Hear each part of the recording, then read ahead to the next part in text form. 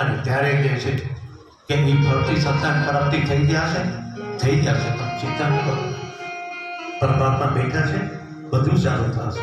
બસ તમે તમારા પત્નીને જઈને કહેજો કે આ ફળ તો એકલી જ્યારે બેઠી હોય અને સંધ્યાકાલે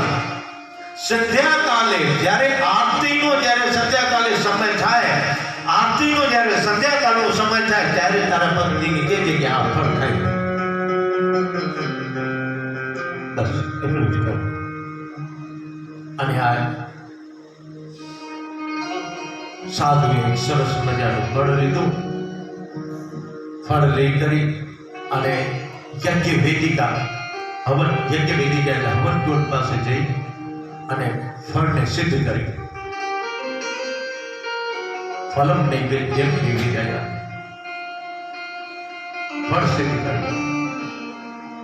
તાપત્રયા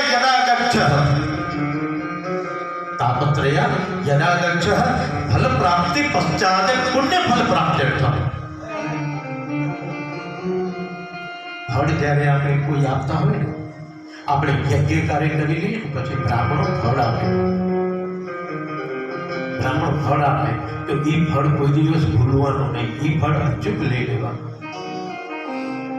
એવી જ રીતના આ સાધુ સંતો કોઈ પણ આપણે પ્રસાદ આપે એ પ્રસાદ અનાદાન ન કરવાનું.